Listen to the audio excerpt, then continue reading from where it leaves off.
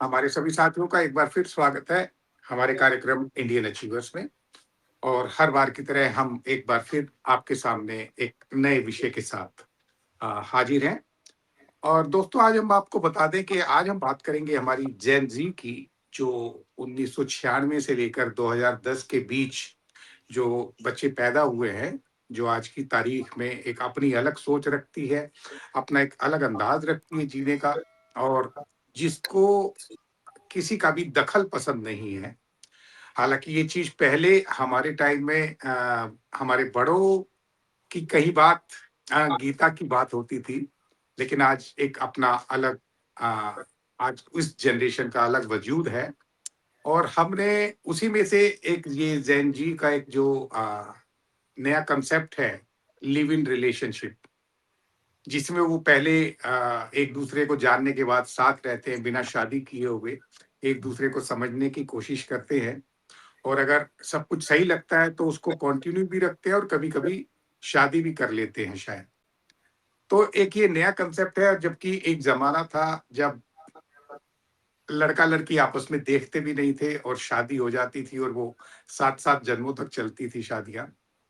और आज के ज़माने में जब से ये दिस इज़ माय लाइफ और मैं जैसा कर रहा हूँ वो बेस्ट है, और आज की तारीख में इस जनरेशन को अ, बड़ों के सजेशंस की और उनकी एडवाइस की भी शायद इतनी ज़रूरत नहीं है जितनी पहले हुआ करती थी। तो आज हम इसी मुद्दे को लेकर अपना एक कार्यक्रम कर रहे हैं, और हमारे साथ आज हमारे बड़े 2 खास मेहमान हैं, जिनमें एक अनिल कुमार जी हैं, जो भूतपूर्व सेशन जज रह चुके हैं।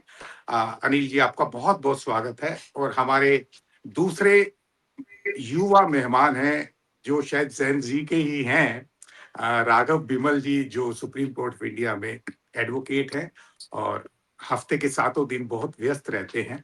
लेकिन उन्होंने ये अपना कीमती समय निकाला, दोनों ने, तो उसके लिए हम बहुत-बहुत आभारी हैं। और आपका बहुत-बहुत स्वागत है हमारे कार्यक्रम इंडियन अचीवर्स में। नमस्कार। नमस्कार। नमस्कार राजीव जी।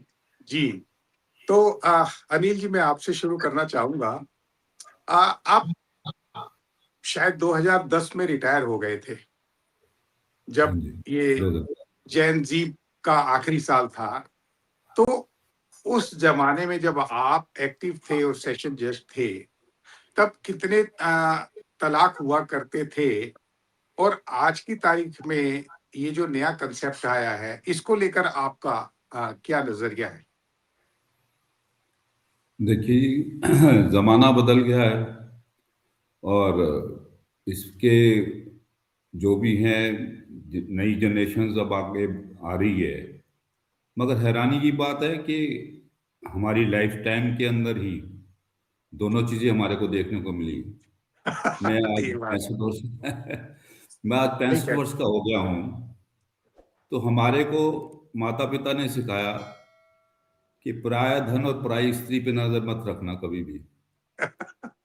जो चीज बुरी मानी जाती थी, पाप माना जाता था, अपराध माना जाता था, आज कानून उसको ठीक मानता है।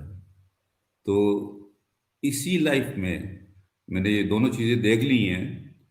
और इतनी जल्दी से जमाना बदला, इतनी जल्दी से ये समय बदला कि एक पाप को अब उचित समझकर कानून भी उसको मान्यता दे रहा है। जी। जहाँ तक लिविंग रिलेशनशिप की बात है, इसके बारे में मैं ये कहूँ कि ये बहुत ही दुर्भाग्यपूर्ण है आज कि शादी से पहले लड़का लड़की रहते हैं, एक दूसरे को समझते हैं। और मैं समझता हूँ कि इसमें लड़के का नुकसान ज़्यादा है, क्योंकि लड़की को सारे ही प्रोटेक्शन मिल चुके हैं ऑलरेडी। सुप्रीम कोर्ट ने उसको वैलिड करार दिया गया है और उसकी प्रोटेक्शन वहाँ रहते हुए भी सुप्रीम कोर्ट कर रही है और लॉ उसको प्रोटेक्ट कर रहा है हर किस्म से। उसके इलेजिटिमेट चाइल्ड को लॉ प्रोटेक्ट कर रहा है। उसको कोई भी वायलेंस होती है उसके खिलाफ उसको प्रोटेक्ट कर रहा है। तो इसमें मैं समझता हूँ कि इसमें लड़कों का ज़्यादा नुकसान है लिविंग रिलेशनशिप को। मैं जिस आपसे इसी में इसी में माफ कीजिएगा, इसी हाँ में जी, एक हाँ जी। सवाल करना चाहता हूँ हाँ जी, हाँ जी, कि बोलिए। ये जो आपने बोला लड़कों का ज़्यादा नुकसान है, और हम भी अखबारों में भी पढ़ते हैं खबरें, और वैसे भी पता चलता है कि जब कुछ समय तक साथ रहने के बाद लड़की की इच्छाएँ पूरी नहीं होती, तो वो रेप का आरोप लगा देती हैं, है ना? वायलेंस का आरोप लगा देती हैं। और चूँकि आपने जैसे अभी बताया कि सारे कानून महिलाओं को ध्यान में रखकर बनाए हुए हैं, तो उसको लेकर क्या कोर्ट भी कुछ सोच रहा है? नहीं राजीव जी, पहले अंडर द इम्प्रेशन कि मैं I will get the marriage done with you, मैं आप I will solemnise marriage with you later on at the later stage, इस बहकावे में अगर कोई सेक्सुअल इंटरकोर्स करता था उस लड़की को, तो वो लड़की का अगर वो शादी नहीं करता था तो उसको रेप मान लिया गया था। मगर अब लेटेस्ट सुप्रीम कोर्ट ने कहा है कि लड़की बालिग है, वो जानती है, और जानते हुए कि वो सेक्सुअल इंटरकोर्स कर रही है। अभी पिछले महीनों ही सुप्रीम कोर्ट ने ये कहा है कि it can not be considered as rape. आपको अगर उसने धोखा भी दिया, ये धोखे के कारण नहीं आप उसके ऊपर एक एलिगेशन लगा सकते। पहले लॉ इसको लीगल करा था, अब लेटेस्ट लॉ में ये कह दिया गया है कि ये रेप नहीं माना जाएगा, क्योंकि कंसेंसुअल है, दोनों की कंसेंट से हो रहा है जो कुछ हो रहा है, और लड़की नाबालिग नहीं है। क्योंकि अगर नाबालिग को वो तो है ही है, ऑफेंस है। अब तो दोनों बालिग हैं और वो जानते हैं, एक दोनों दोनों एक लिविंग रिलेशनशिप में अपनी कंसेंट से रह रहे हैं, और जो भी सेक्सुअल इंटरकोर्स हुआ है वो विद कंसेंट हुआ है। तो ये बायोलॉजिकली फॉर्म में रहना एक लड़के का और लड़की की, और इस जीवन ऐसे व्यतीत व्यतीत करना, ये मैं समझता हूँ कि पशु वृत्ति का जीवन है, पशुओं जैसा जीवन है, कि पशु भी ऐसे ही करते हैं जैसे मानव अब करने लग गया है। तो मैं धार्मिक मान्यताओं को रखते हुए, ध्यान में रखते हुए, मैं आज भी चाहता हूँ कि हिंदू समाज को आगे आना चाहिए, और इसको लिए पार्लियामेंट में कोई नया लॉ बनाया जाए, और इसको पूरी तरह बैन करना चाहिए। अ, जैसे आपने कहा कि पशु वृत्ति, अब मैं इसी के ऊपर राघव जी से बात करूँगा। राघव जी, अब जैसे ये पीछे खबर भी आई थी कि ये इसको समाज की तो मान्यता पूरी तरह से प्राप्त हो गई। कानून भी इसको अभी कोई लॉ तो नहीं है, लेकिन इसको गलत भी नहीं मान रहा। आप चूँकि प्रैक्टिस में हैं, आप ये बताइए कि आज की तारीख में कानून का और संसद का इसके ऊपर क्या डिस्कशन चल रहा है, या इसके ऊपर क्या कार्रवाई हो रही है? सर, सबसे कानून पहले मैं बनाने को आपका लेकर। धन्यवाद चाहूँगा कि आपने मेरे को इस इवेंट में अपना बोलने का मौका दिया। सर, इस उत्तर का जवाब और इस आज हमारी चर्चा का विषय मैं 2 सिचुएशंस में समझाना चाहूँगा अपने दर्शकों के लिए। पहला, लीगल हमारा क्या लॉ क्या बोलता है। दूसरा, सोसाइटी क्या है और मेरा पर्सनल ओपिनियन क्या है। एक जेन ज़ी की रिप्रेजेंटेशन में, एक नई युवा पीढ़ी के रिप्रेजेंटेशन में मैं अपना पर्सनल ओपिनियन भी देना चाहूँगा। सर, सबसे पहले लिव इन रिलेशनशिप होता क्या है? A live in relationship means two adults who are choosing to live together as a couple, sharing a domestic life like spouses without a legal or formal commitment of marriage, focusing on emotional bonding, testing compatibility, and personal freedom with increasing legal recognition and protection for partners in many places. ये एक legal live in relationship की definition समझाई गई है।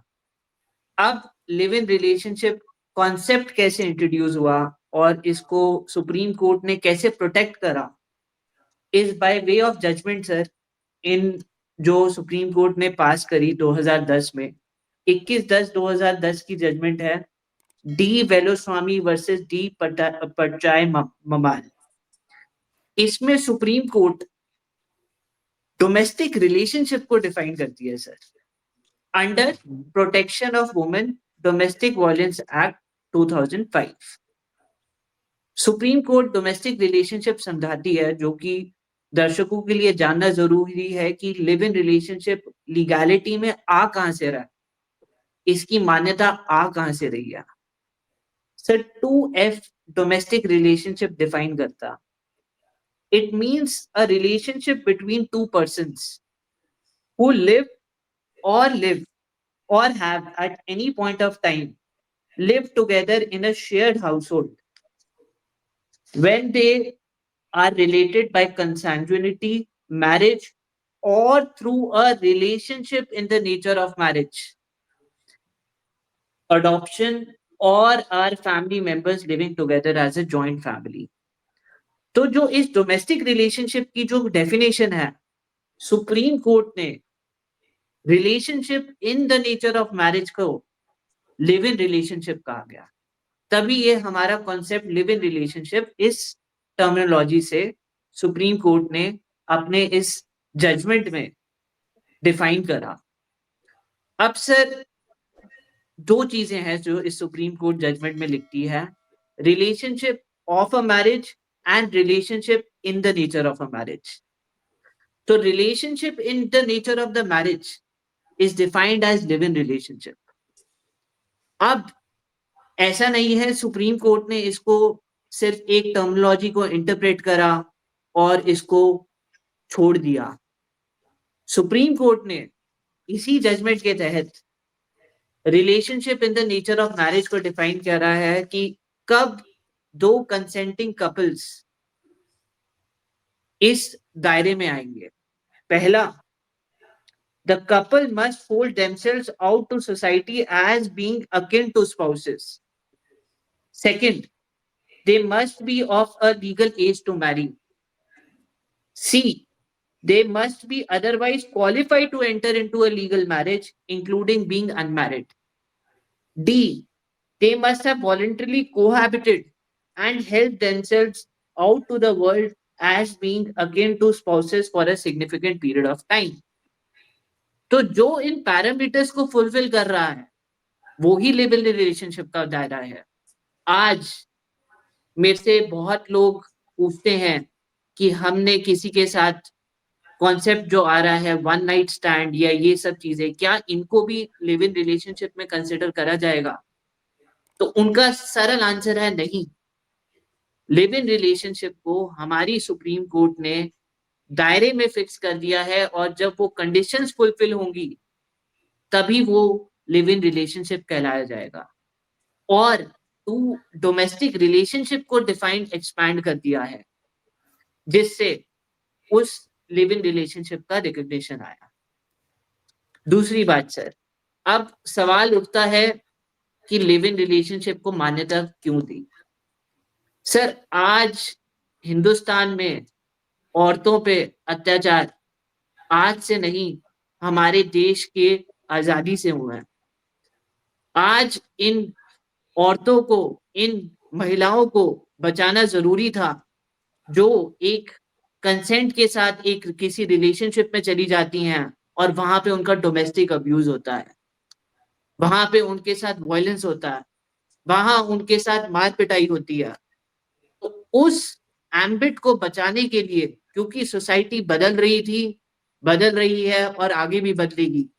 जैसे कि हमारे जज साहब ने बोला है कि आज उन्होंने दोनों पक्ष देखे हैं, पुराना भी और आज भी। पुराना जमाना कुछ और लॉ मांग रहा था, आज का जमाना ये लॉ मांग रहा है।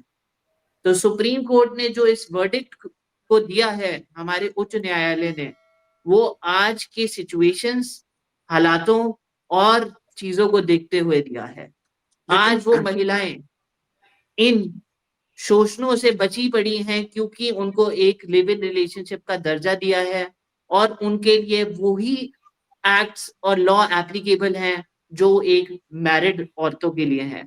सिर्फ एक सवाल का जवाब दे दीजिए। जी सर। आप प्रैक्टिस कर रहे हैं, आपके पास आंकड़े भी होंगे कि ये जो जी आपने सर। बोला कि औरतों के खिलाफ डोमेस्टिक वायलेंस ज्यादा है, आज की तारीख जी में कोर्ट में जो केसेस हैं वायलेंस के, डोमेस्टिक वायलेंस के, आदमियों की तरफ से ज्यादा है या औरतों की तरफ से? सर, मैं एक डेटा अपना खुद बताना चाहूंगा आपके समक्ष इन दर्शकों को कि गुड़गांव कोर्ट, सिर्फ गुड़गांव कोर्ट में पिछले साल, और ये किसी कोई फिजिकल डाटा नहीं सर, मेरा खुद का एक डाटा है, लोगों से मैंने पूछा और बात करी कोर्ट स्टाफ से। आधे साल तक 2025 में, जब आधा साल भी पूरा कंप्लीट नहीं हुआ था, तब 900 मुकदमे थे एक डोमेस्टिक वायलेंस के जो फाइल हुए थे सिर्फ गुड़गांव कोर्ट में, औरतों ने फाइल करे थे। तो आप ये लगा सकते हैं कि जब आधा साल भी कंप्लीट नहीं हुआ है तब इतने केसेस ऑलरेडी फाइल्ड थे, तो साल के अंत तक कितने फाइल हुए होंगे। सर आज एक मैं महत्वपूर्ण सवाल आपके जरिए दर्शकों से पूछना चाहूंगा कि आज क्या सुप्रीम कोर्ट ने इन्हें ऐसी छोड़ दिया? नहीं। अब हम बात करते हैं सुप्रीम कोर्ट ने इन्हें दर्जा क्या दिया है। सर आज a child who is born out of this relationship has the same rights as available to him under the child which is born out of a wedlock. तो ऐसा नहीं है सुप्रीम कोर्ट से बोल रही है कि आप लिव इन रिलेशनशिप को जो भी आए करिए और हम कुछ सुविधाएं नहीं करेंगे। आज उन कपल्स पे एक जिम्मेदारी भी है, उन लिव इन रिलेशनशिप्स और लिव इन पार्टनर्स पे एक जिम्मेदारी भी है कि कल को अगर कोई चाइल्ड बॉर्न होता है तो he has the same rights which is available to a child as who is born under the wedlock. इसमें एक सवाल बताइए कि बच्चा पैदा हो गया, उसके बाद वो साथ रहने से इनकार कर देते हैं, तो फिर बच्चे की क्या स्थिति होगी? सर आपने बहुत अच्छा सवाल पूछा। मैं अपने पक्ष से ये कहना चाहूंगा, Hindu minority and guardianship act बोलता है sir, welfare of the interest of the minor is Paramount. जब भी कोर्ट के पास ऐसे मुकदमे आते हैं जहां पे कस्टडी का इशू होता है चाइल्ड का, या ये सवाल उठा होता है कि बच्चा किसके पास रहेगा और किसके पास नहीं रहेगा, तो कोर्ट बच्चे को उसी के पास रखती है जहां पे उसका बेस्ट इंटरेस्ट पर्पस सॉल्व हो रहा हो। अच्छा, वही कानून लागू होगा। जी चलिए जी सर। चलिए, बच्चा मैं तो फिर एक दोनों सेकंड की एक अनिल जी बनेगा के पास वापस जाना चाहूंगा। मैं हाँ जी बताइए। हाँ बोलिए बोलिए, आप कुछ कह रहे हैं, मैं बोलिए। ये कहना चाहता हूँ कि लिविंग रिलेशनशिप क्यों, जब आप एक दूसरे को पसंद करते हैं, आप शुरू से ही मैरिज करके क्यों नहीं रहते? और सर बच्चे की यही क्या मेरा हालत होगी? सवाल था, आपसे बच्चे की यही मेरा हालत क्या सवाल होगी? था। वो हाँ कहेगा मेरा बच्चा है, वो कहेगा मेरा बच्चा है, तो हाँ, जनरेशन आपकी खराब होगी, नेक्स्ट जनरेशन तो खराब होगी। आप शादी करने के लायक भी नहीं रहे। अगर इलेजिटिमेट चाइल्ड हो जाता है लिविंग रिलेशनशिप, आप मैरिज के लायक भी नहीं रहे, आप बच्चे को लायक भी नहीं रहे, आप फैमिली में रहे ही नहीं। मतलब बिल्कुल क्या ठीक है। क्या सिचुएशन आ रही है? सर मतलब यही एक मेरा सवाल है, हाँ यही मेरा सवाल है कि पहले वो आपस में प्यार करते हैं और हाँ फिर जी लिव इन में आ जाते हैं। अरे भाई, पहले एक दूसरे को समझ लिया तो उसके बाद शादी क्यों नहीं करते? लिव इन की डेफिनेशन ऐसी क्या है? अनिल जी, मैं आपसे ही जानना चाहूंगा कि मतलब वो समझाना क्या चाहते हैं आज की सोसाइटी? नहीं, लिविंग मेरे हिसाब से तो लिविंग कोई रिलेशनशिप है ही नहीं। Relationship is always given a name. मैं आज एक पिता की हैसियत से रह रहा हूँ, आप एक हस्बैंड की हैसियत से रह रहे हो, बेटे की हैसियत से रह रहा हूँ। Living without name is no relationship. और फिर उसको आप क्लेम करते हैं कि मैं इसमें सेटिस्फाइड नहीं हूँ, फिर दूसरे लिविंग रिलेशनशिप में, तीसरे में। मतलब आप मतलब कितने चॉइसेस लेंगे एक मैरिज करने के लिए? आज मैं देख रहा हूँ कि बच्चे थोड़े दिन उसके पास रह लिए, फिर 6 महीने बाद कहीं पसंद नहीं आया, लड़का पसंद नहीं आया या लड़की पसंद नहीं आई, फिर दूसरे 6 महीने बाद उसके बाद दूसरे लिविंग रिलेशनशिप में। तो ये कब तक चलेगा? आप क्या क्या कहते हो है राघव ये? जी? तो क्या है ये? मतलब पहले एक पुरुष और एक नारी होती थी, आज मल्टीपल सेक्सुअल इंटरकोर्सेस करते हैं, भयानक बीमारियां फैलेंगी इससे। देश कहाँ जा रहा है, किस तरफ जा रहा है? इससे अच्छा तो मुसलमान ही है। मैं कहता हूँ मुसलमान भी इससे अच्छे हैं कि वो 4 घर के अंदर रखे तो बैठे हैं, हाँ, वो वैलिड तो करके बैठे हुए हैं। आप इसकी आड़ में आप उनसे भी गिरते जा रहे हैं, हिंदू समाज को गिरा दिया इतना। आप बताइए ना बताना कि हमारे टाइम में राघव जी, आप जवाब दीजिए इस बात का। सर मेरा ये मानना है सर, एक हमारी हिंदू मैरिज को एक सेक्रेमेंट कहा गया, और आज से नहीं सर, ये सेक्रेमेंट जो हमारा लॉ डिफाइन कर रहा है कि आज आप सतपति लो तो it is considered as a marriage. मैं ये कहना चाहूंगा सर, क्या वो सतपति लेते हुए हमारी औरतों पे अत्याचार नहीं हुआ, हमारी महिलाओं पर शोषण नहीं हुआ? हुआ, बिल्कुल हुआ। उस टाइम सवाल उन पे पास उठाने के लिए नहीं थे, रिसोर्सेज कम थे, राघव जी, जवाब आज शोषण बहुत लोगों को था। लड़कों का आ रहा है, आज लड़कियों का शोषण नहीं हो रहा, औरतों का शोषण नहीं हो रहा, आदमी को शोषण हो रहा। आप देखिए परसेंटेज, आप सर सोसाइटी में देखिए कि कितनी ऑर्गेनाइजेशन बन गई हैं कि आदमी अब उठ रहे हैं कि हमारा शोषण हो रहा है। लड़कियों का शोषण, औरतों का शोषण अब बिल्कुल बंद हो चुका है। कहाँ डाउरी डेथ हो रही है? आज कुछ समय पहले, 20 साल पहले मैं देखता था कोर्ट्स में डाउरी डेथ होती थी, आज है ही नहीं। आप देखिए, सालों साल कोई डाउरी डेथ नहीं हो रही, कोई डाउरी डिमांड कर ही नहीं रहा। आप कहाँ कैसे कह सकते हैं कि शोषण हो रहा है? शोषण तो आदमियों का हो रहा है, लड़कों का हो रहा है। समाज बिल्कुल पूरी तरह रिवर्स हो गया है। जबकि हिंदू समाज ये कहता है कि आप जो घर में आपकी वाइफ आती है, वो आपकी मित्र भी है, पत्नी भी है और दासी भी है। दास्य भाव में आने चाहिए, वो आपकी दासी है। एक एक कमान में दो तलवारें कभी नहीं समा सकती। पति अपनी पत्नी को भार्य मतलब अपने बराबर समझेगा, मगर दासी के भाव में पत्नी रहेगी। वो दास्य भाव में रहने बंद कर गया, बराबरी पे आ गई, बराबरी से अब ऊपर ही चलेगी। तो एक कमान के अंदर कभी भी दो तलवारें नहीं समा सकती राघव जी, लड़ाई होएगी होएगी। अगर आप बराबरी पे आ जाए उस भाव में, पति अपनी पत्नी को दासी नहीं समझेगा, ये मानना मैंने कि वो उसको अपना मित्र समझेगा, मगर भाव पत्नी अपनी दासी का रखेगी सदा दिन। इसीलिए तो विष्णु का देखिए ना, आप देखिए किसकी पूजा कर रहे हैं आप। विष्णु के पैरों में लक्ष्मी दिखाएगी, पैर दबा रही है। ये एक सिंबॉलिक है कि विष्णु के पैरों में है लक्ष्मी, वो लक्ष्मी उसके पैर दबा रही है कि वो उसकी पति है। तो आज की पत्नी कहाँ, वो तो बराबरी पे आ गई, बराबरी से वो आगे चली गई। कहाँ समाज जा रहा है ये? आप बताइए ना, मतलब किधर जा रहा है ये समाज? किसी को तो झुकना सर पड़ेगा मैं परिवार जज में, साहब की बात से किसी को तो सहमत झुकना भी पड़ेगा, हूँ। एक आदमी को तो झुक के रहना ही पड़ेगा परिवार में। एक को तो ऊपर रखना ही पड़ेगा ना, और ऊपर कौन रखा जाएगा? चलिए, आप बताइए head Rahul of ji, head of Raghav the ji head क्या ऑफ द कहें? फैमिली किसी को तो बनाना पड़ेगा आपको। सर मेरा हेड ऑफ द फैमिली। जो सहमति है वो सहमति भी है और नहीं भी सहमति है सर, क्योंकि आज हमारे सुप्रीम कोर्ट ने जो इस जजमेंट के जरिए एक और कैटेगरी डिफाइन करी है, relationship in the nature of a marriage, तो आज सुप्रीम कोर्ट भी तो वही कर रही है। सुप्रीम कोर्ट उन रिलेशनशिप्स को दर्जा दे रही है एक मैरिज का।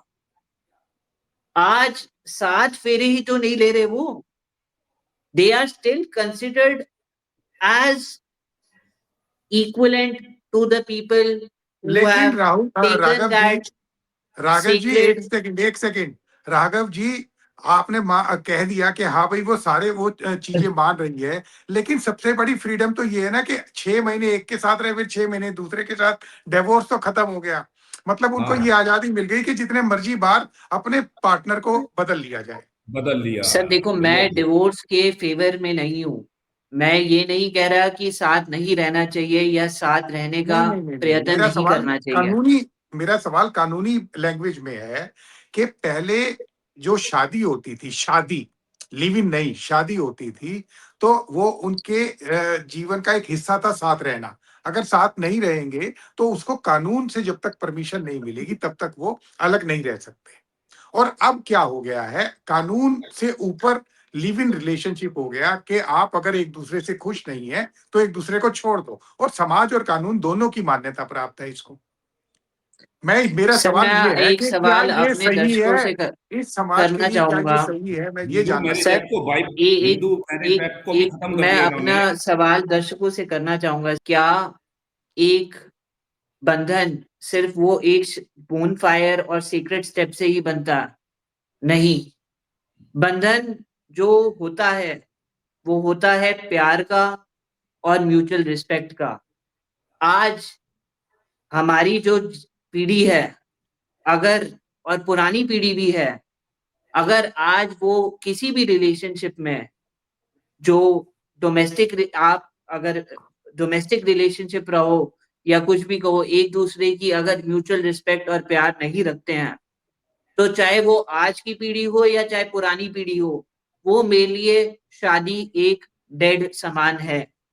आज जो हमारे जो लोग हैं, जो शादियां बहुत पुरानी भी चला रहे हैं, आज मैं उन्हीं दर्शकों से आपसे आपके चैनल के माध्यम से पूछना चाहूंगा कि आज वो लोग अपनी ड्यूटीज कितनी निभा रहे हैं और खुश कितने हैं।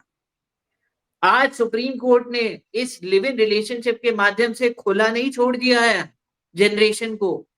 जनरेशन को इनफैक्ट बताया है कि आप इसको भी, आप जो जिस स्थिति में जा रहे हो, अगर आप फ्री कंसेंटिंग एडल्ट हो और आप 6 महीने का कॉन्सेप्ट कर रहे हो, जितना फ्री हो, बल्कि सुप्रीम कोर्ट ने तो बांधा है, उन्हें बोला है कि ये नेचर ऑफ मैरिज है। आज जो भी चिल्ड्रन ब्रॉन आउट हो जाते हैं उस दौरान, तो आज उनपे एक रिस्पॉन्सिबिलिटी बांधी गई है। तो जो स्टेप है हमारा सुप्रीम कोर्ट का, वो बिल्कुल आज के सिनेरियो को लेते हुए है। एक आज के फ्री कंसेंटिंग एडल्ट्स जो 1 साल 2 साल चीजों को लेकर भाग जाते हैं, उनपे एक बॉन्डेजेस भी है। आज एक सिर्फ मिनट राइट नहीं दिया है।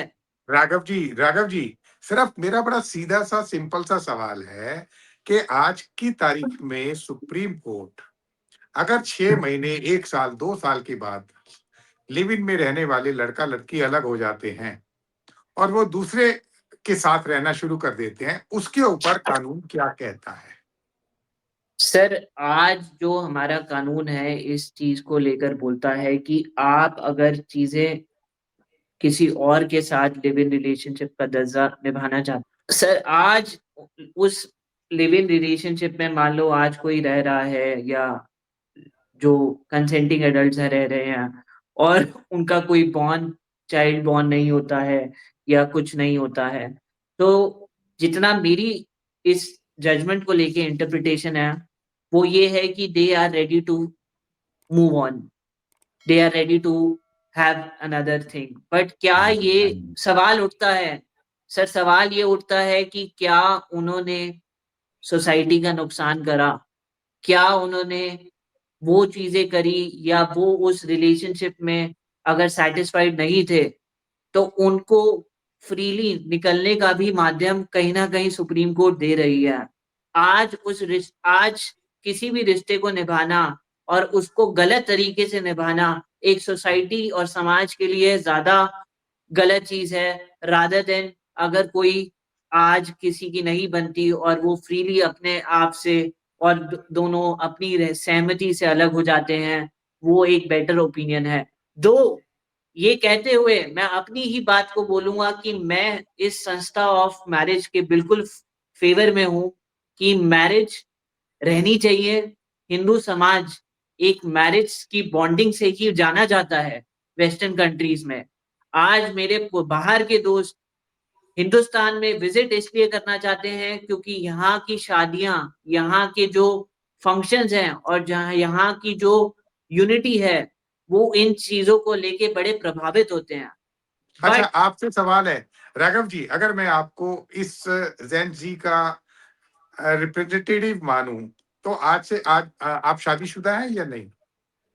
सर नहीं, मैं शादीशुदा नहीं हूँ सर अभी। अगर आज आपको चॉइस मिलती है लिव इन की और प्रॉपर मैरिज की, तो आप किसको चूज करेंगे? सर देखो, आज अगर मेरे को ऑप्शन मिलता है कि मेरे को एक चूज करना है कि क्या मेरे को किसी को पहले समझना है, जानना है, किसी के साथ रहना है, या फिर किसी के साथ शादी के बंधन में बनना है, तो सर मैं जानूंगा पहचानूंगा तो जरूर, बट मैं उस एक चार दीवारी या शेयर्ड हाउस होल्ड में नहीं जानना चाहूंगा। मैं उसको पहले पहचानना चाहूंगा और उसको ये तो फिर आपने गलत चीज कह दी। मेरा सवाल ये है कि आप जानते हो और आप आपको ऑप्शन, लड़की कहती है भी मैं तो पहले लिव इन में रहूंगी, ठीक है, हम एक दूसरे को जानते हैं, तो आप क्या उसको एग्री करेंगे? अपने पेरेंट्स की सुनेंगे, वो कहेंगे कि नहीं जी हम तो शादी करेंगे? सर ये बड़ा एक पर्सनल ओपिनियन है, बट अगर आप मेरा एक पर्सनल ओपिनियन जानना ही चाहते हैं, तो मैं थोड़ा खुद एक मेरा पर्सनल वो है कि मैं एक ट्रेडिशनल आदमी हूँ, नॉट फॉर द फैक्ट कि मैं मतलब मैं ये नहीं मानता कि जो इस कॉन्सेप्ट में नहीं है वो मेरे से अलग है। ये मेरा एक पर्सनल सिचुएशन है कि मैं ऐसे किसी के साथ पहले रहकर किसी एक शेयर्ड हाउस होल्ड में रहकर चीजें आगे नहीं बढ़ाना चाहूंगा। बट वो एक बहुत इंडिविजुअलिस्टिक है और पर्सनल है। बट अगर कोई रह रहा है तो मैं उसको गलत श्रेणी में नहीं डालूंगा, चलिए, क्योंकि चलिए आपकी उसकी बात एक हमने अपनी मान ली। ओपिनियन है। हाँ, अनिल जी आपसे आखिरी सवाल, आपने शुरू में बोला था कि हिंदू संस्थाओं को इसमें आगे आना चाहिए और कानून को दूसरी नज़र से इस चीज़ को लेना चाहिए, क्योंकि ये पशुवृत्ति है ना? तो आप इसको, आपको क्या लगता है, आप सेशन जज रहे हैं, आपको क्या लगता है कि आने वाले समय में इस लिव इन रिलेशनशिप की क्या स्थिति होगी? देखिए जी, जहाँ तक अभी राघव जी ने कहा कि 7 फेरे ज़रूरी, मैं कहता हूँ कि आप 7 फेरों की मीनिंग तो जानिए, उसको लागू तो करिए। आपने मीनिंग ही नहीं आज तक पहचानने की कोशिश। 7 फेरे इतने बॉन्डिंग वाले हुए हैं, अगर उनके उनके मुताबिक जीवन व्यतीत किया जाए तो इससे बढ़िया तो जीवन हो ही नहीं सकता। कहते हैं कि मतलब कि पति पत्नी का एक ऐसा रिलेशन है जो संसार में किसी भी रिलेशन से बड़ा है, किसी भी रिलेशन से। मैं आपको सच बता रहा हूं, अगर पति पत्नी का उस एक्सट्रीम लेवल तक प्यार भरा है ना रिलेशन, ये किसी भी पिता पुत्र का, माँ बेटे का, कोई भी रिलेशन होता है, मगर पति पत्नी का जो रिलेशन अगर प्यार से भरा हुआ है, दोनों का प्यार से भरा है, मैं अपने तजर्बे से कहता हूँ और मैं खुले दिल से कहता हूँ कि कुछ भी है, इससे बड़ा रिलेशन परमात्मा ने बनाया ही नहीं है। शिव पार्वती का विवाह याद किया जाता है, राम को सीता का विवाह याद है, तो ये मनाते हैं, सेलिब्रेट करते हैं, क्योंकि उन्होंने भी इस चीज को एंजॉय किया है। हमारे देवी देवताओं ने भी इस चीज को इम्पोर्टेंस दी है। उसके विवाह वाले दिन ही शिवरात्रि मनाई जाती है सर। शिवरात्रि, शिव और पार्वती का मिलन है इस दिन, विशेष दिन है।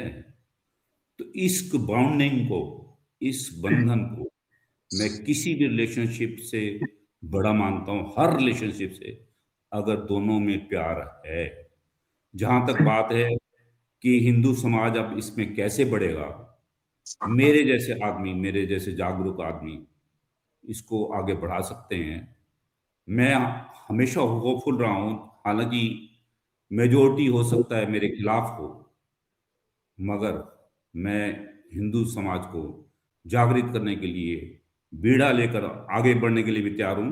मेरे को ऐसे लोग चाहिए, मेरे को ऐसे समाज में व्यवस्था बनाने की प्लेटफॉर्म चाहिए। मैं ऐसे लोगों को इकट्ठा भी कर रहा हूं कि इस गंदगी को हमेशा हमेशा के लिए निकाला जाए समाज से। लिविंग रिलेशनशिप का कोई मीनिंग ही नहीं है, बताइए ना, क्या मतलब है? आप बताइए ना। हमें तो भाई पराया धन और पराई स्त्री पे नजर ही नहीं रखनी, नजर ही नहीं रखते थे, नजर रखी नहीं, राजीव जी नजर रखी नहीं। अब मैं आपको कभी बैठेंगे अकेले में, मैं आपको चर्चा बताऊंगा कि हम कैसे हम मिले दोनों से, तो वर्जिनिटी में अच्छा, जिए। हाँ हाँ, जी। हाँ, बिल्कुल ठीक तो है। तो मतलब क्या, तो हम शादी से हम पहले इस लड़का सवाल लड़की को, मिल जाए तो क्या शादी का मीनिंग क्या रहा? अब ये बताइए ना। सही बात है। आप बताइए ना, आप you enjoy everything before marriage, क्या मीनिंग रहा फिर मैरिज? फिर वो पर्दा उठाने का मजा ही क्या रहा? तो राघव जी और अनिल देखो, जी, हम ये सवाल अब अपने दर्शकों पर छोड़ते हैं, क्योंकि आज की तारीख में जैसे खेल के मैदान में 2 टीमें आमने-सामने होती है, ऐसे ही आज की तारीख में समाज में ज़ेन ज़ी और ओल्ड जनरेशन आमने-सामने हैं। एक तरफ आप हैं, एक तरफ राघव जी हैं। राघव जी ने हालाँकि कानूनी नज़रिया ज़्यादा रखा नहीं है, अच्छा, लेकिन उसके बावजूद मैं कानून के रूप से, जो उन्होंने कानून बताया बिल्कुल ठीक बताया। उन्होंने हाँ, बिल्कुल सही बताया कि आज के यहाँ तक इस लेवल तक है कानून और यहाँ हाँ। तक प्रोटेक्शन है, तो इस तो प्रोटेक्शन चलिए, को अवेल तो कर रहे हैं। आज हम यही इसमें सवाल, बदलाव की जरूरत है, इसमें पार्लियामेंट में कोई बिल लाया जाए, कोई नया लॉ बनाया जाए इसके ऊपर, तभी। और उस लॉ के लिए हमारे जन समर्थन तैयार करना पड़ेगा, इन बच्चों को ही बिल्कुल तैयार ठीक करना है। पड़ेगा कि बिल्कुल ये भी ठीक कह रहे हमारे हो। साथ है। अब हम इसका सवाल हमारे सभी दर्शकों से मांगते हैं कि वो क्या कहते हैं।